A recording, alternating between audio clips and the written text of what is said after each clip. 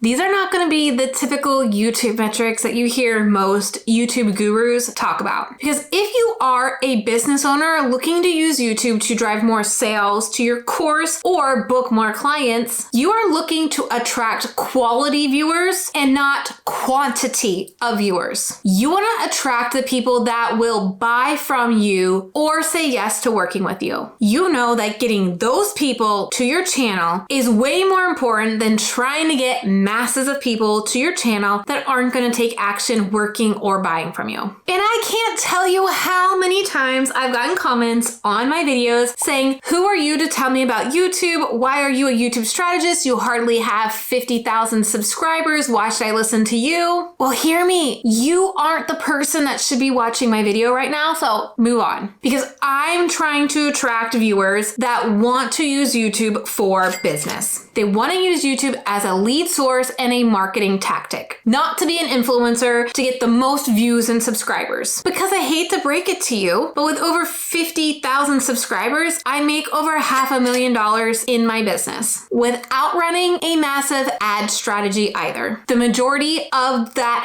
$500,000 in revenue has come from my 50,000 subscriber channel. So if that's what you are looking to do and you want to do, keep watching, because I'm going to share with you the 10 metrics you should be tracking on your YouTube to ensure it's growing and attracting the right people. And if that's not you, bye. Go troll somewhere else. Go ahead and hit that like button if you're into the poof, be gone troll vibes that I'm putting out. All right, that first metric you need to be tracking pretty much every week with a new video that you're posting is your click-through rate. Your click-through rate tells you how well your title and your thumbnail did at getting people to click on your video. Now, I have a couple videos here on my channel that go into more details on how you should create thumbnails, so I'm gonna link to that video right here that you can watch after this one. But the key to getting a better click-through rate on your video is actually determining what the title and the thumbnail for your video is going to be before you even craft the content for that video. Because if you can't come up with a good thumbnail title combo that you think people are going to click on, you may want to rethink the content of that video to make it more click-worthy. And I will share one of my major pet peeves about thumbnails, so please do not do this anymore if you are. You cannot just put the title of your video as text on your thumbnail. Your thumbnail and your title need to tell a story together, and just putting the title of the video on the text on the thumbnail does nothing for you. The other thing I want to mention here is you need to get out of graphic designer mode, because graphics for YouTube are different than typical graphic designer rules like Pinterest or Instagram or website concepts. You need to think about the style of your thumbnail in relation to what is the style of thumbnail that is happening in your niche on YouTube. And then you're going to need to adapt your brand standards, your brand colors, all of that to a thumbnail style that's working on YouTube. Just making sure you know where your click-through rate is. You're actually going to go to your individual video here in content, and then you're going to click on analytics, and you're going to go up to your reach tab right here, and that's your impression click-through rate. Now you could get a little bit more detailed and click on this and see how it goes up or down for each day, but this is the number you're looking at. All right, I would love for you to share in the comments what your last video's click-through rate, and there is no shame because I've had the gamut of click-through rates. I've had 1% click-through rates. I've had up to 8% click-through rates, but I'm just wondering what we're working with here with those that are watching. So share your latest video's click-through rate below. The next metric you need to be tracking each week is impressions. This is how many eyeballs are getting on your title and thumbnail. This could be on the homepage, this could be on search, this could be on suggested, but the reason why this is really important to track is because you want to see if your impressions are increasing each week. And remember we talked about click-through rate? If your impressions are higher on a video than what you normally get, let's say you typically get 1,000 impressions in the first 24 hours on your thumbnail, and you generally get a 3% click-through rate. And then you publish a video the next week and you have, let's say, 3,000 impressions, but now your click-through rate is down to 2%. That is okay because you're getting more impressions. More people are being shown your video, people who aren't aware of your content yet, people who are new to your content. So when your impressions increase, you can expect your click-through rate to go down. And I share this with you so you keep that in mind and don't panic that your click-through rate went down, because if your impressions went up, that's okay. Now, at the end of this video, I'm going to share with you a super easy way in your YouTube analytics to compare metrics over time. So if you want to compare your metrics from last week to this week or last month to this week, I'm going to show you how to do that. And impressions are one of the things that you should look at this way, because if it's continuing to increase, this means you are feeding the algorithm the information it needs to continue to find the right people. And you are proving to YouTube that you're making YouTube happy and it's going to continue promoting your videos to more people for free. Let me quickly show you where you can find your impressions number. So we're still on this specific video that I showed you the click-through rate. You can check out its impressions. So you can come here to impressions. You can actually do it in the first 24 hours as well to see how many impressions you had in the first 24 hours. You can also go to your channel as a whole. So if we go to analytics, and this is in the last 28 days, if you come to content, you're going to see impressions for the last 28 days. And you can see I have over 145,000 impressions, which is an increase of 46% from the last 28 days. This next metric is critical and making sure your videos reach more people and your channel grows. And it's usually one of the metrics not many people look at, and that's your audience retention for each video. Most of the time when I get clients and they ask, why is my channel not growing? I keep posting and it's not growing. And when I look at their audience retention, only about 20, maybe only 10% of people get past that first minute in their video. So I instantly see that their audience retention tanks in the first 30 to 60 seconds. That tells me that YouTube is not putting their video in front of people because it's not a quality video in the algorithm's eyes, because YouTube will push content that people watch longer, because the longer people watch your video, the more ads YouTube can show and the more money YouTube makes. So if you can't get people to watch past 1 minute, that's not going to be valuable for YouTube. Now let me show you where to go in and find your audience retention and how to read these graphs. Honestly, I highly encourage you to analyze audience retention on every single video, at least monthly, if not at least before you film your next batch of videos, so you can learn what didn't keep people's attention so you don't do that in your next round of videos. So I'm still in here where impressions were, and this is a great place to look at audience retention, because here under content, you're going to be able to see your above typical intros, meaning the intros of your videos that kept people watching longer, and also the below typical intros as well. But when you want to look at a particular video's audience retention, again, you're going to come back to content and pull out the video you're looking at and go to its analytics. There are two places you can read this, right here at overview. And what's going to happen is you're going to get a gray line as to where your average audience retention is. This video in the first 30 seconds, you can see kept about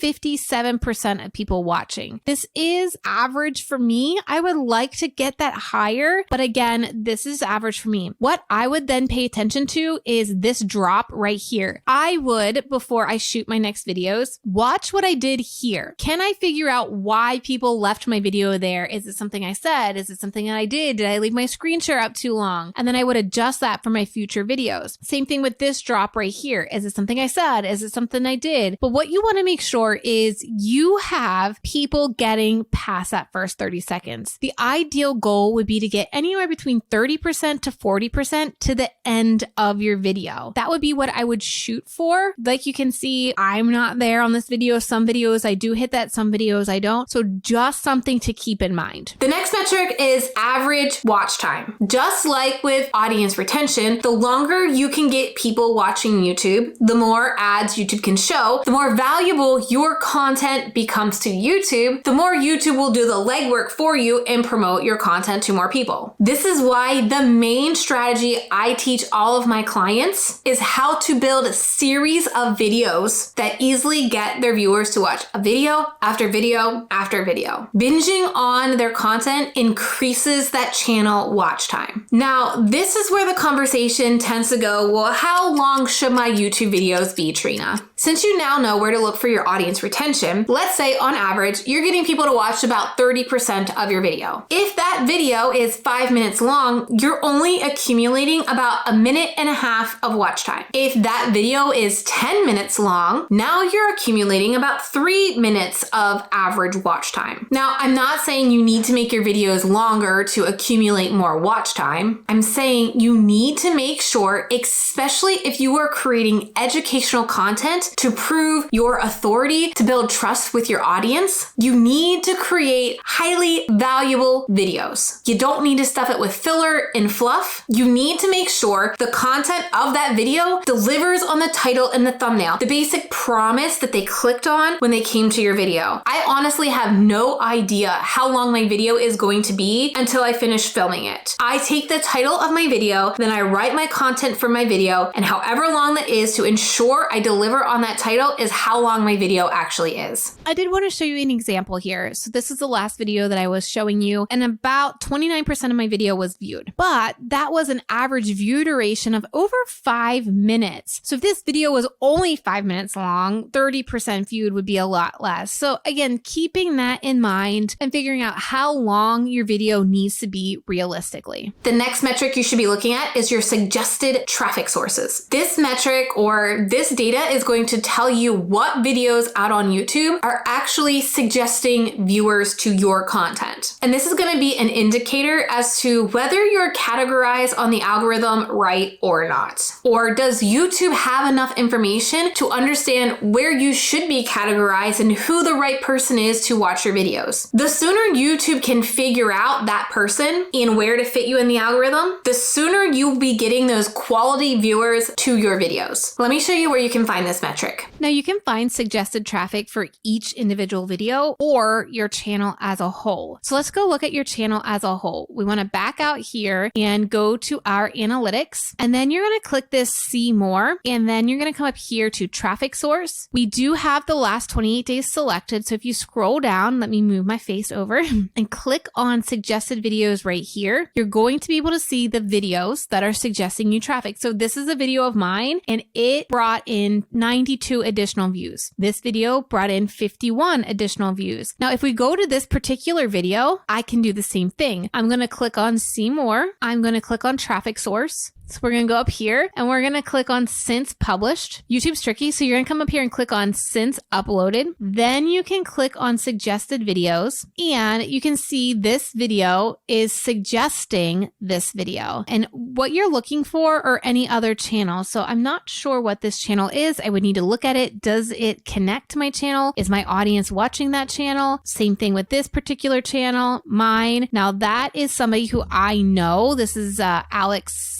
I can't think of her last name right now. She speaks to content or copywriter freelancer. So that's a good match. I'm not sure of that channel yet. And so you're just going to go through here and make sure that the videos that are suggesting your videos are aligned with the audience that you want watching your content. The next metric you want to look at is watch time from subscribers versus non-subscribers. A big problem I see with so many business owners that I work with in my coaching program is they create a lot of how-to content. They do their keyword research and they see this is a really highly searched question and I'm going to do it and I'm going to get more people to my video and more people will want to buy from me because they find my video because I created this how-to video. While these videos may get more views, most of the time these beginner how-to videos that tend to have higher search volume don't turn into buyers or sales. Now I talk about the importance of understanding the difference between beginner viewers and ready to buy viewers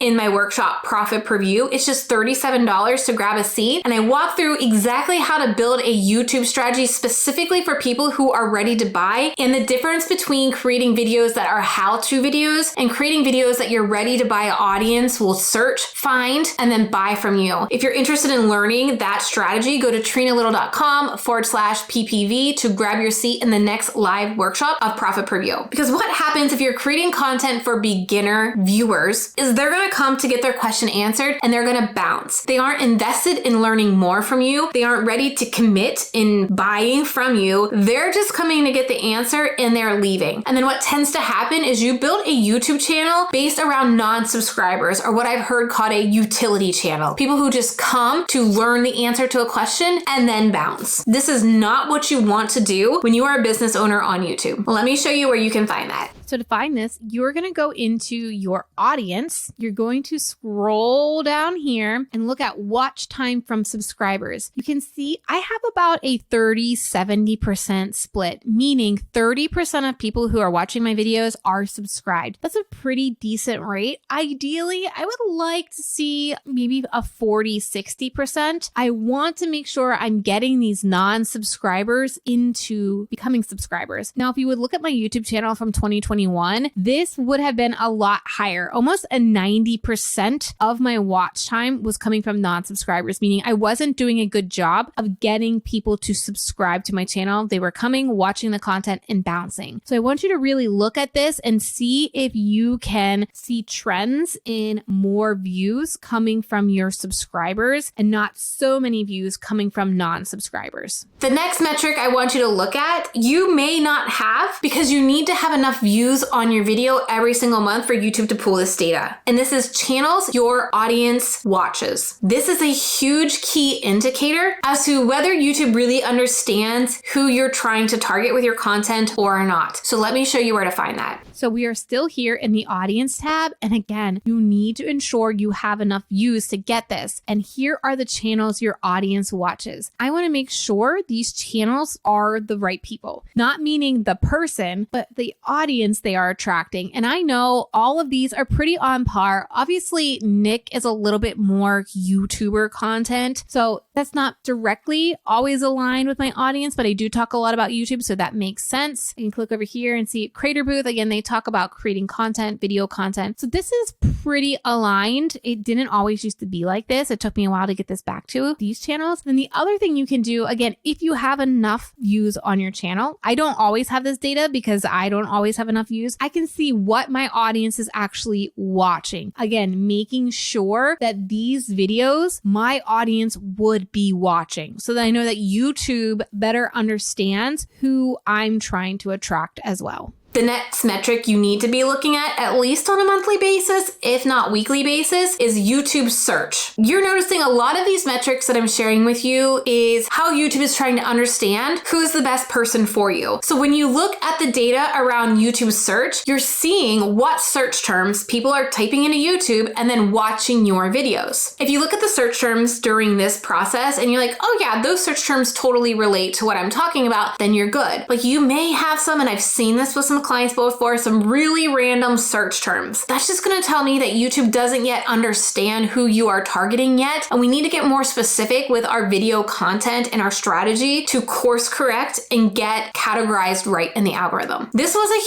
huge indicator to me back in March of 2023 that my channel is miscategorized. So what I had to actually do, because a lot of my search terms that were driving me traffic were very basic beginner topics about YouTube. And that's not who I'm trying to attract. I'm trying to attract business owners, many of you here, that know they want to use YouTube in their business. And so what I had to actually do was delete over 12 videos on my channel that were causing me to be classified in the algorithm wrong, which had almost 1 million views. I did that in October of 2023. And here in January, as I'm recording this video, I just about have myself recategorized in the algorithm where I need it to be. Here's where you can check this data. I hope those of you that have a YouTube channel are actually pulling up and doing this with me. So the way we're going to find this is we're going to go to your content tab and you're going to come down here to the bottom. What you can do, finding it here, is just click YouTube search and you're going to see the top 5 phrases that are driving you traffic. So the portion of your traffic, 2.7% of my traffic is coming from the word social media calendar, which relates, which connects. Now, if I click see more and I look at the other words, I can see my name is driving traffic. What I had a problem with that I'm trying to get away from is specifically, what should your first YouTube video be about? What should my first YouTube video be? Before I deleted 12 videos and over almost 1 million views, these were my #1 search terms driving me traffic, and that wasn't what my ideal viewer was searching. So now we can see it's much more aligned with business owners. We're talking about content marketing, social media content calendar. And so this is again going to give you an idea if the algorithm understands who should be your audience. audience. Okay, fun game here. I would love for you to share in the comments what are some of the main search terms that are driving you traffic to your channel right now. And it's totally okay if it's super random. Trust me, I've seen some really weird, risque, and